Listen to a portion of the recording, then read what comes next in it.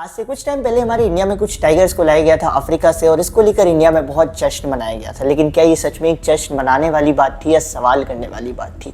सवाल होना चाहिए था कि आखिर ऐसी कौन सी ज़रूरत आन पड़ी है कि आज हमको दूसरे देश से टाइगर्स को लाना पड़ रहा है। सवाल होना चाहिए था कि आखिर इंडिया में टाइगर्स की पॉपुलेशन दिन ब दिन घटती क्यों चली जा रही है। और भी कई सारे सवाल होने चाहिए थे जो उस समय पर नहीं हुए, लेकिन आज उन सभी सवालों को हम इस वीडियो के थ्रू कवर करेंगे, जिसमें हम समझेंगे हमारा chapter forest and wild life resources और क्लास 10 ज्योग्राफी।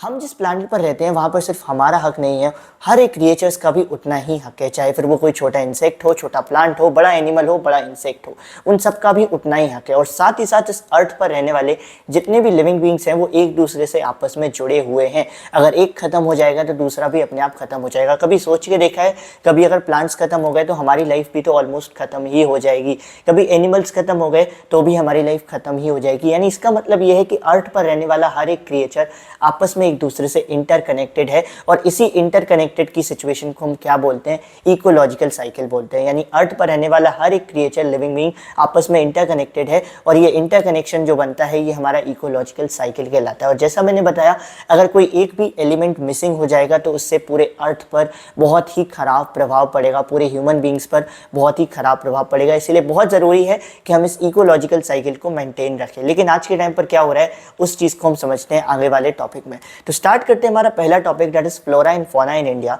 फ्लोरा का मतलब निकलता है प्लांट्स और फौना का मतलब है एनिमल लाइफ से। सिंपली बोलूं, फ्लोरा का मतलब है प्लांट्स जो होते हैं उनसे, और फौना का मतलब है जो लोग जानवर हैं उनसे। ठीक है, एक टाइम था जब हमारे इंडिया में बहुत सारे प्लांट्स और एनिमल्स पाए जाते थे। इस मामले में इंडिया टॉप पर आता था कि इंडिया में इतनी अलग अलग variety of flora and fauna थे कि इस मामले में इंडिया टॉप पर आता था। लेकिन पिछले कुछ टाइम में देखा गया है कि इंडिया की सिचुएशन बिगड़ी है। इंडिया की सरकार टेंशन में आ गई है क्योंकि इंडिया के फ्लोरा एंड फौना, प्लांट्स और एनिमल्स की पॉपुलेशन दिन ब दिन घटती चली जा रही है। और इसके क्या रीज़न हो सकते हैं उन सबको हम आगे समझेंगे। लेकिन अभी जो हमें चीज़ ध्यान देने वाली बात कि अगर ये पॉपुलेशन ऐसे ही घटती चली गई तो इससे क्या हो जाएगा? इससे हमारी जो इकोलॉजिकल साइकिल थी वो डिस्टर्ब हो जाएगी। देखा जाता है कि कुछ एनिमल्स तो ऐसे हैं कि जिनकी सिचुएशन इतनी ख़राब हो गई है कि आज के टाइम पर उनकी पॉपुलेशन इंडिया में ऑलमोस्ट 0 हो गई है। जैसे कि Asiatic cheetah, pink headed duck, उनकी पॉपुलेशन तो ऑलमोस्ट ख़त्म हो चुकी है। तो ये सब देखकर गवर्नमेंट बहुत ही टेंशन में आ चुकी थी पहले ही, तो उसने कुछ कदम भी उठाए थे जो हम आगे इस चैप्टर में पढ़ेंगे।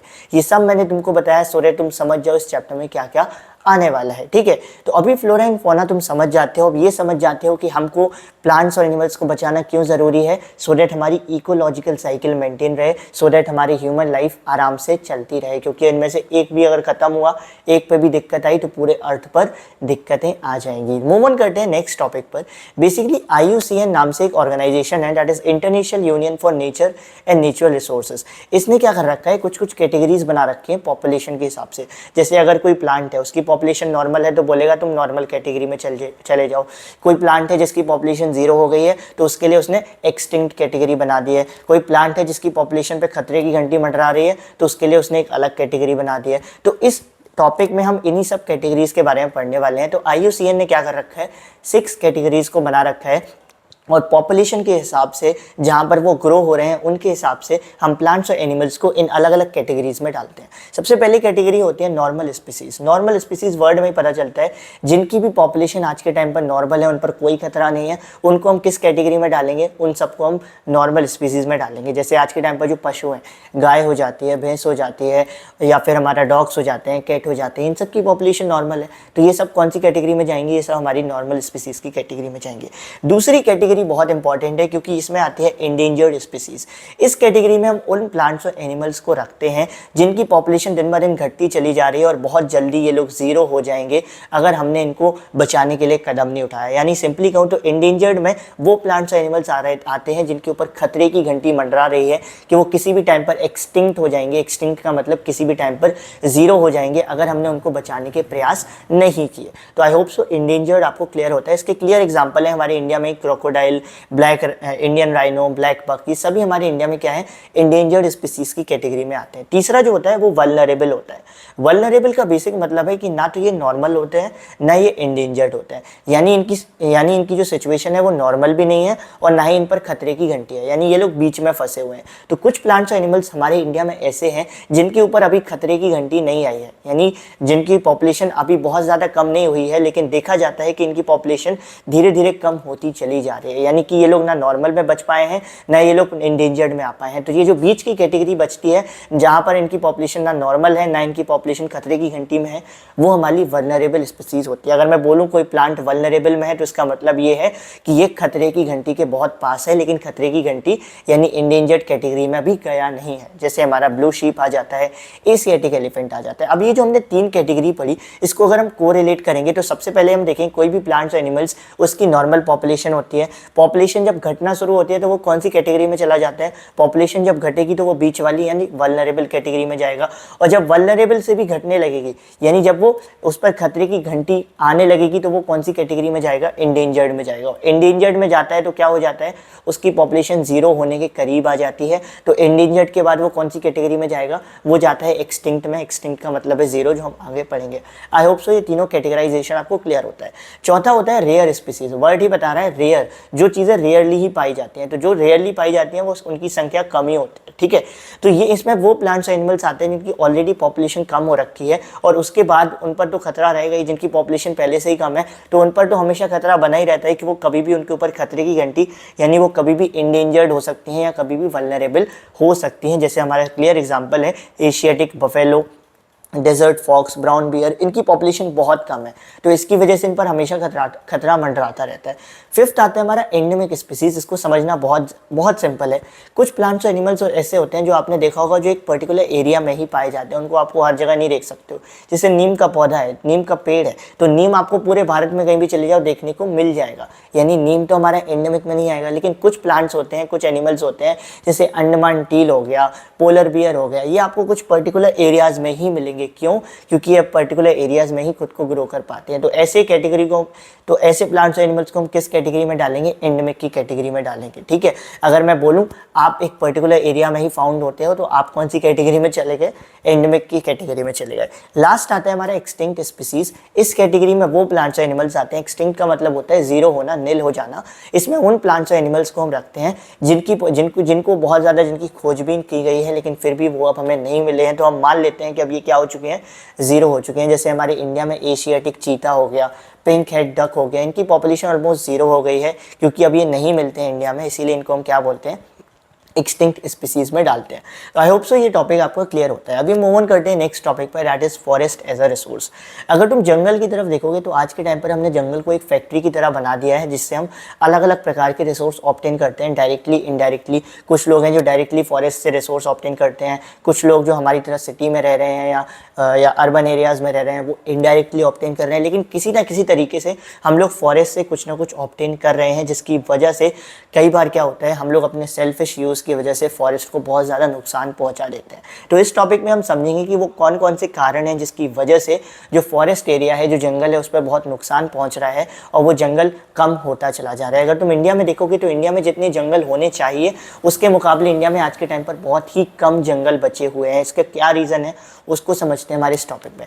पहला जो रीज़न दिया जाता है जिसकी वजह से बोला जाता है कि इंडिया में जो जंगल है, जो फॉरेस्ट एरिया है, वो बहुत घट गया है, उसमें माना जाता है ब्रिटिश का रोल, कॉलोनियल पीरियड का रोल।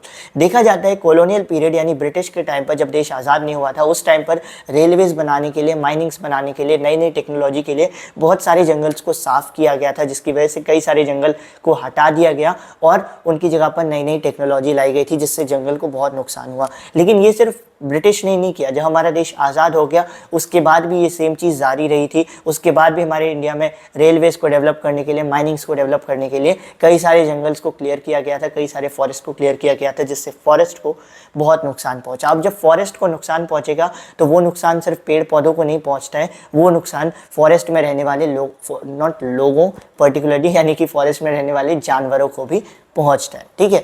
दूसरा जो बड़ा रीज़न माना जाता है जिसकी वजह से फॉरेस्ट को बहुत नुकसान पहुंचा है, फॉरेस्ट के एरिया को, that is large scale development projects.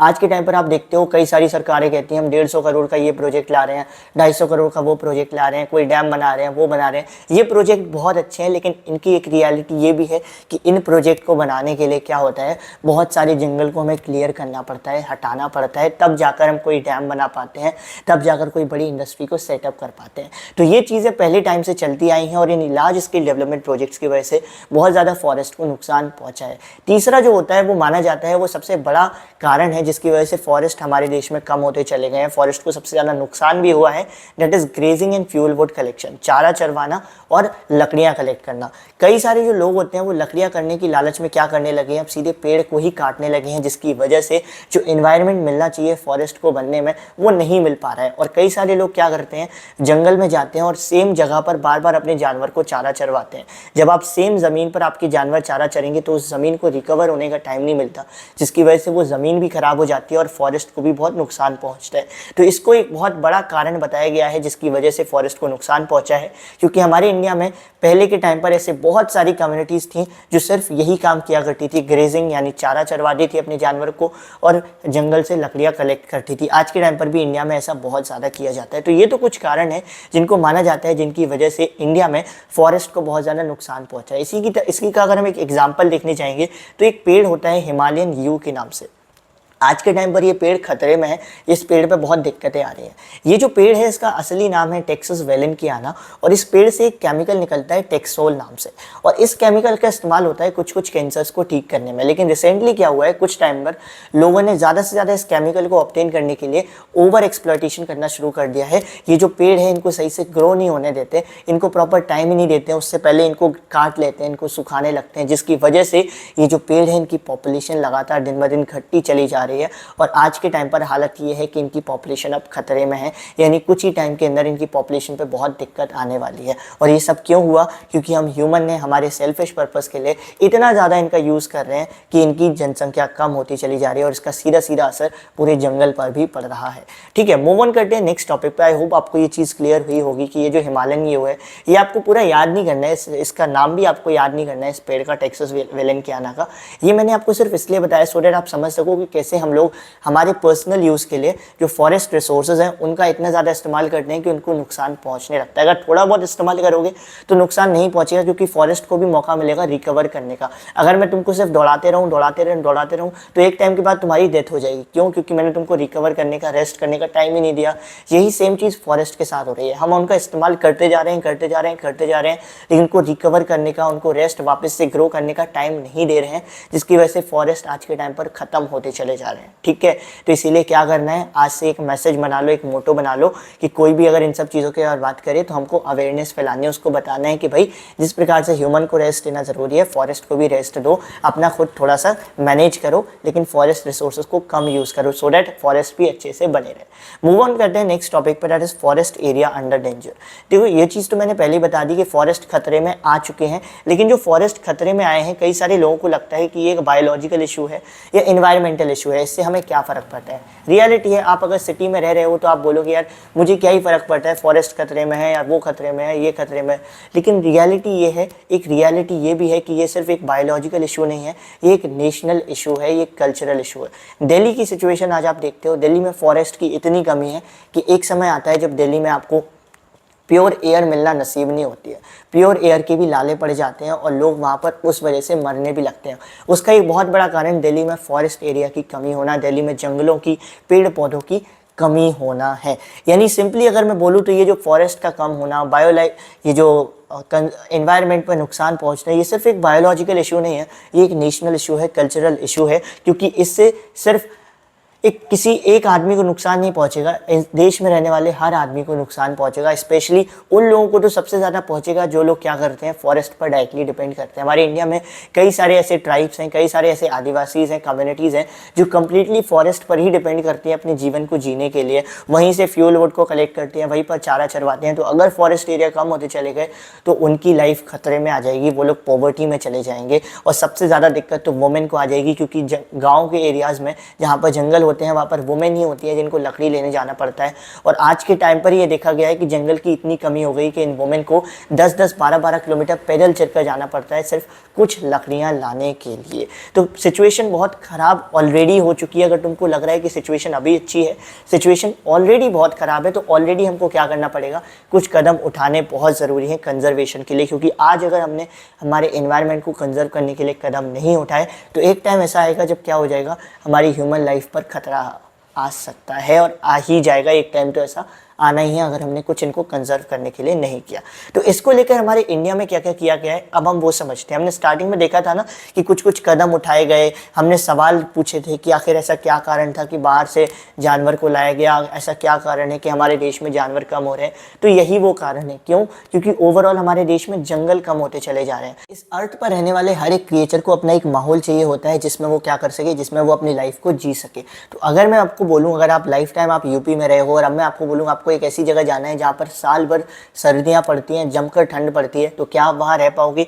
कुछ टाइम रह पाओगे, फिर आपकी डेथ हो जाएगी। सिमिलर प्लांट्स और एनिमल्स के साथ होता है। उनका भी एक माहौल होता है जहाँ पर वो खुद को ग्रो करना पसंद करते हैं। और जब आप उनका वो माहौल मिटाने लगोगे, यानी जंगल मिटाने लगोगे, तो अल्टीमेटली उनकी पॉपुलेशन भी क्या होने लगेगी, मिटने लगेगी, खत्म होने लगेगी। और यही एक बहुत बड़ा कारण है कि हमारे इंडिया में टाइगर की पॉपुलेशन लगातार घटती चली गई है। इसको लेकर गवर्नमेंट ने क्या कदम उठाए हैं? गवर्नमेंट ने 1972 के टाइम पर यह रियलाइज़ किया कि हाँ भाई अब सिचुएशन ख़राब हो रही है। इसको लेकर गवर्नमेंट ने क्या किया था, 1972 में Indian wild life protection act लाया था। इसका मेन मोटिव क्या था वो हम समझेंगे आगे। इंडियन वाइल्ड लाइफ प्रोटेक्शन जो एक्ट था, इसमें मेन मोटिव ये था कि जो भी प्लांट्स और एनिमल्स, स्पेशली एनिमल्स जो एंडेंजर्ड की कैटेगरी में आते हैं, यानी जिनके ऊपर खतरे की घंटी मंडरा रही है, सबसे पहले हमको क्या करना है, इस एक्ट के तहत उन सबको प्रोटेक्ट करना है, उनकी पॉपुलेशन को वापस से ग्रो करना है। सपोज करो तुम इंडेंजर्ड की कैटेगरी में आते हो, तो Indian wild life protection act कहता था कि हम सबसे पहले क्या करेंगे, तुम्हें प्रोटेक्ट करेंगे, तुम्हारे लिए प्रॉपर एनवायरनमेंट प्रोवाइड करेंगे सो दैट तुम्हारी पॉपुलेशन वापस से ग्रो हो सके और तुम नॉर्मल की कैटेगरी में आ जाओ। तो ये जो Indian wild life protection act of 1972 था, इस एक्ट के तहत क्या किया गया था, उन सभी प्लांट्स और एनिमल्स की एक लिस्ट जारी की गई थी। सॉरी, प्लांट्स की नहीं, सिर्फ एनिमल्स की। उन सभी एनिमल्स की लिस्ट जारी की गई थी, ऑल इंडिया लिस्ट, जिसमें क्या था, जिसमें उन सभी एनिमल्स को रखा गया था जिनको हमें प्रोटेक्ट करना था। और इस एक्ट के तहत हमारे इंडिया में कई सारे नेशनल पार्क, कई सारे वाइल्ड लाइफ सेंचुरीज को भी क्रिएट किया गया था। अब एक अमेजिंग चीज़ बताऊँ आप लोगों को, फ़नी चीज़ भी है। मैंने ये forest and wild life resource chapter की वीडियो बहुत पहले रिकॉर्ड कर ली थी, लेकिन उसकी एडिटिंग में मुझे टाइम लगा और जब मैं एडिट करने बैठा तो मैं देखता हूँ कि उस वीडियो में माइक मैंने ऑन ही नहीं किया था, जिसकी वजह से वो वीडियो कम्प्लीटली ख़राब हो गई है। इसीलिए अब जब मैं तुमको ये पढ़ा रहा हूँ तो मुझे बार बार लग रहा है कि यार मैं ऑलरेडी पढ़ा चुका हूँ, लेकिन फिर भी मुझे पढ़ाना पड़ रहा है। खुद की गलती की वजह से थोड़ी हंसी भी आ रही है, बट मैं चाहता था इस चीज़ को आपके साथ शेयर करूँ, क्योंकि आप में से कई लोगों को लग रहा होगा कि भैया बहुत टाइम ले रहे हैं वीडियो लाने में। तो यार मैंने ज़्यादा टाइम लेना नहीं चाहता था, बट वो हो गया तो हो गया। बट ठीक है, जैसा होता है कभी कभी हो जाता है। ठीक है, अभी मूव ऑन करते हैं आगे। थोड़ी सी ये बात थी, मुझे बतानी थी, मन था, बता दिया। ठीक है, अभी मूव ऑन करते हैं। तो ये तो हमने Indian wild life protection act of 1972 को समझ लिया, जिसमें हमारी सरकार ने क्या कदम उठाया था कई सारे एनिमल्स को प्रोटेक्ट करने के लिए। उसके बाद क्या होने लगा, छोटे छोटे और प्रोजेक्ट्स आने लगे, जिसमें क्या क्या काम था, जिसमें हम पर्टिकुलर जानवर को टारगेट करते थे, पर्टिकुलर एनिमल को प्रोटेक्ट करने की बात करते थे। ऐसे ही एक प्रोजेक्ट था प्रोजेक्ट टाइगर, जो आपको बैकग्राउंड में टाइगर बैठा भी दिख रहा है, चीता बैठा भी दिख रहा है, बड़ा अच्छा सा टाइगर है ना। ये जो प्रोजेक्ट टाइगर था, इसको लॉन्च किया गया था 1973 में, जब गवर्नमेंट को ये रियलाइज़ हुआ कि टाइगर की पॉपुलेशन बहुत ज़्यादा देश में घटती चली जा रही है। इसको लेकर गवर्नमेंट ने क्या किया, सबसे पहले पता करा कि टाइगर की पॉपुलेशन क्यों घट रही है। तो उसको मेनली 4 कारण दिखे। पहला कारण उसने देखा हंटिंग की वजह से, पोचिंग की वजह से, व्यापार करने के लिए। आप देखते हो ना, बड़े बड़े राजघराने में टाइगर की स्किन को गिफ्ट किया जाता है, या टाइगर की और भी स्किन और इन सब का व्यापार किया जाता है। इसको लेकर बहुत हंटिंग हो रही थी, जिसकी वजह से टाइगर की पॉपुलेशन डाउन हो रही थी। दूसरा कारण गवर्नमेंट को मिलता है कि जंगल कम हो रहा है। मैंने बोला ना श्रिंकिंग हैबिटेट। श्रिंकिंग हैबिटेट का मतलब इनका जो हैबिटेट बेसिकली क्या होता है, जो आपका माहौल होता है जहाँ पर आप रहना पसंद करते हो, वो आपका हैबिटेट कहलाएगा। यानी आपका घर आपका हैबिटेट है। अब मैं आपको दूसरे घर में शिफ्ट करूँ तो दिक्कत होगी ना। ऐसे ही टाइगर के साथ हुआ। टाइगर का जो हैबिटेट था, यानी उनका जो माहौल था, वो लगातार कम होता चला जा रहा था, क्योंकि जंगल साफ होते चले जा रहे थे, जिसकी वजह से उनको दिक्कत हुई और उनकी पॉपुलेशन डाउन होनी शुरू हो गई। तीसरी, depletion of prey base species. Prey base species simply अगर मैं बोलूँ, तुम हो या मैं हूँ, हमारी डेथ के क्या क्या कारण हो सकते हैं, बहुत कारण हो सकते हैं। उनमें से एक कारण ये भी हो सकता है कि हमको खाने को ना मिलना। मान लो तुम्हारे आसपास एसी है, सब कुछ दिया, तुमको कार दी, सब कुछ दी, बंगला भी दिया, लेकिन तुम्हें खाने को नहीं दिया, तब भी तुम्हारी डेथ हो जाएगी। तुम्हारी नॉट, मेरी डेथ हो जाएगी, ठीक है, सॉरी, तुम अपने ऊपर मत लो, मेरे ऊपर लो, ठीक है। तो सेम चीज़ टाइगर के साथ हुई। टाइगर को अगर सब कुछ मिल भी रहा था तो क्या हो रहा था, दिन ब दिन बाकी सब एनिमल्स की भी पॉपुलेशन लगातार घटती चली जा रही थी, जिसकी वजह से टाइगर को खाने के लिए कुछ नहीं था। जब भाई खाने के लिए कुछ नहीं है तो टाइगर भी टैम बोलने लगा था, ठीक है। उसके बाद चौथी आती थी growing human population. Human population लगातार दिन ब दिन बढ़ती चली जा रही थी, जिसकी वजह से क्या हो रहा था, जब लोगों की जनसंख्या बढ़ेगी तो उनको घर बनाने हैं, उनको इंडस्ट्री बनानी है, फैक्ट्री बनानी है, जिनकी वजह से पूरा फॉरेस्ट एरिया साफ किया जाता था, बेचारे फॉरेस्ट को सब कुछ झेलना पड़ता था, और इसकी वजह से भी टाइगर्स की पॉपुलेशन पर बहुत नुकसान पहुँचता था। आई होप आप ये चीज़ को लेकर क्लियर हो चुकी। तो जब गवर्नमेंट ने ये देख लिया कि वो कौन कौन सी एक्टिविटीज़ हैं जिनकी वजह से टाइगर को खतरा हो रहा है, तो उसने क्या किया, प्रोजेक्ट टाइगर में उन सभी एक्टिविटीज़ को, उन सभी चीज़ों को बैन कर दिया, like poaching, hunting, illegal trading, जिससे टाइगर की पॉपुलेशन को शुरू में तो फ़ायदा हुआ, वापस से ग्रो की, लेकिन कुछ टाइम के बाद वापस से टाइगर की पॉपुलेशन डाउन जाने लगी थी। इसी प्रोजेक्ट टाइगर के तहत हमारे इंडिया में कुछ टाइगर रिजर्व्स और वाइल्ड लाइफ सेंचुरीज़ और नेशनल पार्क्स भी सेटअप किए गए थे। जैसे पेरियार टाइगर रिजर्व को सेटअप किया गया था केरला में, और मानस टाइगर रिजर्व्स को असम में सेटअप किया गया था। सुंदरवन नेशनल पार्क को भी वेस्ट बंगाल में सेटअप किया गया था। ये सब क्यों किया जा रहा था, सो दैट हम टाइगर को उनका सूटेबल माहौल प्रोवाइड कर सके, जिससे वो वापस से ग्रो कर सके, उनकी पॉपुलेशन वापस से ग्रो कर सके। उसमें थोड़ा बहुत फ़ायदा हमें आज के टाइम पर हुआ है, लेकिन बहुत फ़ायदा हमको नहीं हुआ है। तो अब ओवरऑल हमको ये समझ में आया कि जैसे जैसे समय बीतता गया कि हमको सिर्फ किसी एक प्लांट और एनिमल को प्रोटेक्ट करना नहीं है, हमको पूरे बायोडाइवर्सिटी के हर एक कंपोनेंट को ही प्रोटेक्ट करना पड़ेगा, चाहे वो छोटे से छोटा इंसेक्ट्स क्यों ना हो। इसको लेकर होने क्या लगा कि अब आज के टाइम पर जो प्रोजेक्ट्स बनते हैं उनका मोटिव होता है कि हमको किसी पर्टिकुलर प्लांट एनिमल को प्रोटेक्ट नहीं करना, हमको पूरी बायोडाइवर्सिटी को, उसके हर एक छोटे से छोटे कंपोनेंट को क्या करना है, प्रोटेक्ट करना है। इसी को लेकर जो हमारे इंडिया में wild life protection act of 1986 को लाया गया था, तो उसमें कई सारी छोटी छोटी बटरफ्लाइज को, छोटे छोटे इंसेक्ट्स को भी इंक्लूड किया गया था कि अब से हमको क्या करना है, इनको भी प्रोटेक्ट करना है। यहाँ तक कि जब 1991 में वाइल्ड लाइफ प्रोटेक्शन एक्ट लाया तो पहली बार प्लांट को भी जोड़ लिया गया कि अब से हमको क्या करना है, कुछ ये जो प्लांट है 6 स्पीसीज, इनको भी क्या करना है, प्रोटेक्ट करके रखना है। ऐसा क्यों किया गया, क्योंकि गवर्नमेंट को ये रियलाइजेशन हो गया था कि हमको सबको इस पूरे इन्वायरमेंट की हर एक एलिमेंट को इक्वल तवज्जो यानी इक्वल इंपॉर्टेंस देनी पड़ेगी। मूव ऑन करते हैं हमारे नेक्स्ट टॉपिक पर, that is type of forest. हमारे इंडिया में जितने भी फॉरेस्ट हैं उनको हमने 3 पार्ट्स में बांट दिया, और ये जो क्लासिफिकेशन है ये आज का नहीं है, बहुत टाइम पुराना है। जब ब्रिटिश हमारे इंडिया में थे ये तब से चल रहा है, ठीक है। तो हमारे इंडिया के कंप्लीट फॉरेस्ट को 3 पार्ट्स में बांटते हैं, जिसमें रिजर्व फॉरेस्ट जो सबसे इंपॉर्टेंट है, फिर हमारा प्रोटेक्टेड, और फिर हमारा क्या होता है, अनक्लास्ड फॉरेस्ट होता है। रिजर्व फॉरेस्ट किसी भी देश के सबसे वैल्यूएबल फॉरेस्ट माने जाते हैं, क्योंकि इन फॉरेस्ट से, इन जंगलों से क्या होता है, हाईली वैल्यूएबल रिसोर्स को ऑब्टेन किया जाता है। जैसे एक हाईली वैल्यूएबल रिसोर्स है टिम्बर। आप सबने टिम्बर को इमेज में तो देखा ही होगा, स्ट्रेट लकड़ी होती है, बहुत ही ज़्यादा यूज़ की जाती है बिजनेस पर्पज़ के लिए, ट्रेड पर्पज़ के लिए, इसका बहुत इंपोर्ट एक्सपोर्ट होता है। तो ये ऑब्टेन किया जाता है इसको रिजर्व फॉरेस्ट से। तो रिजर्व फॉरेस्ट क्यों इतने ज़्यादा वैल्यूएबल है, क्योंकि यहाँ से हमको बहुत अच्छे रिसोर्स ऑब्टेन होते हैं, और हमारे इंडिया में आधे से ज़्यादा जो फॉरेस्ट है वो रिजर्व फॉरेस्ट की कैटेगरी में ही आते हैं। दूसरा जो कैटेगराइजेशन है is protected forest. Protected forest यानी जिनको हमें प्रोटेक्ट करना पड़े। तो प्रोटेक्ट किनको करना पड़ता है, जो लोग कोमल होते हैं, जो सॉफ्ट होते हैं, है ना।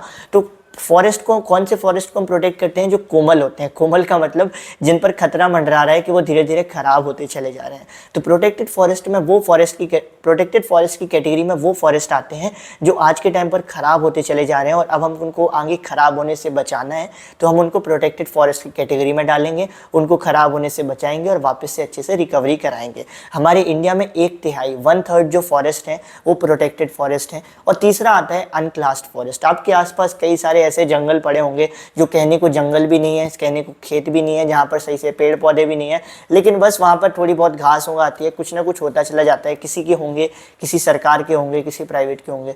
उस ज़मीन को हम अनक्लास्ड फॉरेस्ट की कैटेगरी में डालते हैं। यानी जो भी तुम्हें बेनामी ज़मीन दिख जाए, जहाँ पर प्लांट्स ग्रो कर गए हैं या थोड़े जंगल टाइप दिख रहा है, लेकिन वहाँ पर कोई फेंसिंग नहीं हो रखी है, कोई बॉर्डर नहीं बन रखा है, यानी वो सब तुम्हारा क्या है, अनक्लास्ड फॉरेस्ट है। हमारे इंडिया में क्या है ना, हमारे इंडिया में जो रिजर्व फॉरेस्ट है और प्रोटेक्टेड फॉरेस्ट है, इनको मिलाकर परमानेंट फॉरेस्ट भी कहा जाता है। परमानेंट फॉरेस्ट, और इंडिया में जो परमानेंट फॉरेस्ट है ये सबसे ज़्यादा मध्य प्रदेश में पाए जाते हैं, और वहाँ पर बहुत ज़्यादा रिसोर्सेज ऑब्टेन किए जाते हैं परमानेंट फॉरेस्ट से। और सबसे ज़्यादा अनक्लास्ड फॉरेस्ट कहाँ पाए जाते हैं, गुजरात में पाए जाते हैं। तो ये चीज़ आई थिंक सो आपको क्लियर होती है कि कितने टाइप ऑफ फॉरेस्ट होते हैं और कौन कौन से टाइप का क्या क्या मतलब होता है। अभी मूव ऑन करते हैं इस चैप्टर की लास्ट टॉपिक पर, that is community and conservation. इस चैप्टर में हम समझेंगे कि कैसे हम फॉरेस्ट को कंजर्व कर सकते हैं, फॉरेस्ट को बचा सकते हैं, फॉरेस्ट को प्रोटेक्ट कर सकते हैं with the help of local people, local लोगों की मदद से। आपने देखा होगा हर जंगल के आसपास कोई ना कोई गांव बना रहता है, तो इस टॉपिक में हम समझेंगे कि कैसे हम उन गांव वालों की मदद लें इस जंगल को प्रोटेक्ट करने के लिए।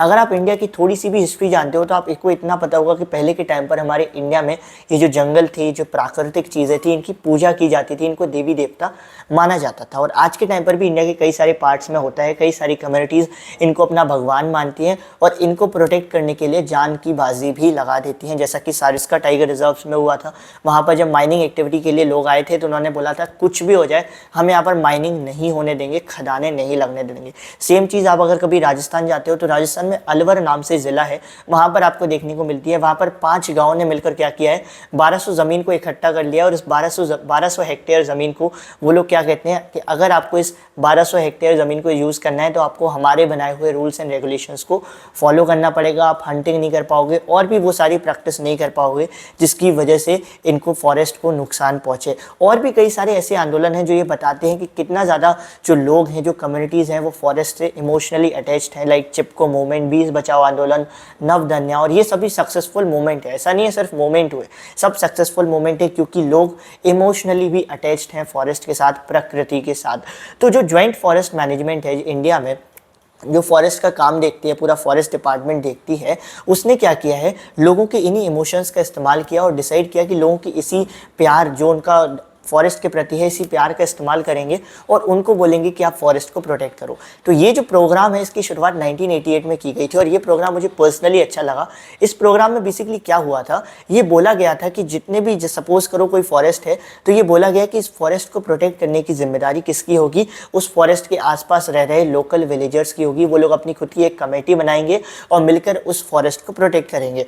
और बदले में ज्वाइंट फॉरेस्ट मैनेजमेंट ने क्या बोला था कि अगर आप फॉरेस्ट को प्रोटेक्ट करोगे तो हम बदले में क्या करेंगे, बदले में आपको फॉरेस्ट का कुछ फ़ायदा देंगे, फॉरेस्ट से कुछ रिसोर्सेज आपको कलेक्ट करने देंगे और साथ ही साथ फॉरेस्ट में से जितनी भी टिम्बर बिकेगी, हार्वेस्ट होगी, उसमें से कुछ पैसे का शेयर हम आपके साथ भी शेयर करेंगे। तो यहाँ पर ये बहुत अच्छी बात बन गई थी। ज्वाइंट फॉरेस्ट मैनेजमेंट ने क्या किया था कि आप हमें फॉरेस्ट की सिक्योरिटी दे दो। विलेजर्स को बोला था कि आप फॉरेस्ट को सिक्योर करो, प्रोटेक्ट करो। अगर आप प्रोटेक्ट करोगे तो हम बदले में आपको क्या करेंगे, थोड़ा बहुत पैसा देंगे और आपको इंटरमीडिएटरी बेनिफिट्स यानी कुछ फॉरेस्ट से गुड्स को कलेक्ट करने देंगे। और ये बहुत ही अच्छे से सक्सेसफुल हुआ भी है। देखने में आया है कि ऐसा करने से फॉरेस्ट और भी ज़्यादा प्रोटेक्टेड रहे हैं, क्योंकि फॉरेस्ट को नुकसान कौन पहुंचा सकता है, फॉरेस्ट को नुकसान भी आसपास के लोग ही पहुंचाएंगे, कोई बाहर से तो आएगा नहीं, है ना। तो फॉरेस्ट को नुकसान भी वही लोग पहुंचाएंगे और अगर आप उन्हीं को जिम्मेदारी दे दो कि प्रोटेक्ट करने की, तो फिर वो नुकसान नहीं पहुंचाएंगे ना यार। मैं ये नहीं कह रहा हूँ सब आसपास वाले पहुंचाएंगे, लेकिन कुछ लोग ऐसे होते हैं जो ज़रूर नुकसान पहुंचाते ही पहुंचाते हैं। तो ओवरऑल अगर हम देखें इस चैप्टर का हमारा सार क्या निकला, इस चैप्टर का हमारा सार ये निकला कि फॉरेस्ट और वाइल्ड लाइफ रिसोर्स, जीव जंतु को, जंगल को, इनको प्रोटेक्ट करना बहुत ज़रूरी है, कंजर्व करना बहुत ज़रूरी है, क्योंकि इससे हमारी इकोलॉजिकल साइकिल मेंटेन रहेगी, हमारी ह्यूमन लाइफ चलती रहेगी। और इनको अगर हम प्रोटेक्ट करना चाहते हैं तो हमें उन लोगों की मदद लेनी होगी जो इससे सबसे ज़्यादा जुड़े हुए हैं, यानी कि जो लोकल पीपल हैं उनकी मदद लेनी होगी, उनको अपने साथ इन्वॉल्व करना पड़ेगा सो दैट हम फॉरेस्ट को कंजर्व कर सकें और हमारी धरती को अच्छा एक एनवायरनमेंट प्रोवाइड कर सकें, हर एक प्लांट्स एनिमल्स को एक अच्छा एनवायरनमेंट प्रोवाइड कर सकें। तो आई होप आपको ये चैप्टर समझ आया होगा। इस चैप्टर के नोट्स मैं डिस्क्रिप्शन में दे दूंगा। एंड फाइनली अब ये चैप्टर खत्म हो चुका है क्योंकि सेकेंड टाइम मैं ये पूरा शूट कर रहा हूँ। आई टोल्ड यू, एक बार मैंने बिना माइक ऑन किए कर दिया था, अभी भी मुझे चेक करना पड़ेगा कि माइक ऑन है या नहीं है। धक धक हो रहा है मुझे ऑलरेडी, वैसे तो ऑन था, मुझे याद है, ठीक है। तो यहाँ तो हमारा होता है इस चैप्टर का डी एंड। आई होप आपको ये चैप्टर समझ आया होगा। अगर समझ आया तो कमेंट सेक्शन में मुझे बताकर ज़रूर जाना, और अगर कुछ भी डाउट रह गया इस चैप्टर में तो just message me on Telegram. हमारे टेलीग्राम चैनल का नाम है उत्कर्ष स्टडी सीरीज़ क्लास 10, ठीक है। वहाँ पर आप मैसेज कर सकते हो, अपना डाउट पूछ सकते हो। मिलेंगे हमारे नेक्स्ट वीडियो में, तब तक के लिए all the very best everyone. Stay home अभी नहीं बोलना है, स्टे होम स्टे सेफ। अभी कोविड चला गया है तो yes, take care and stay safe.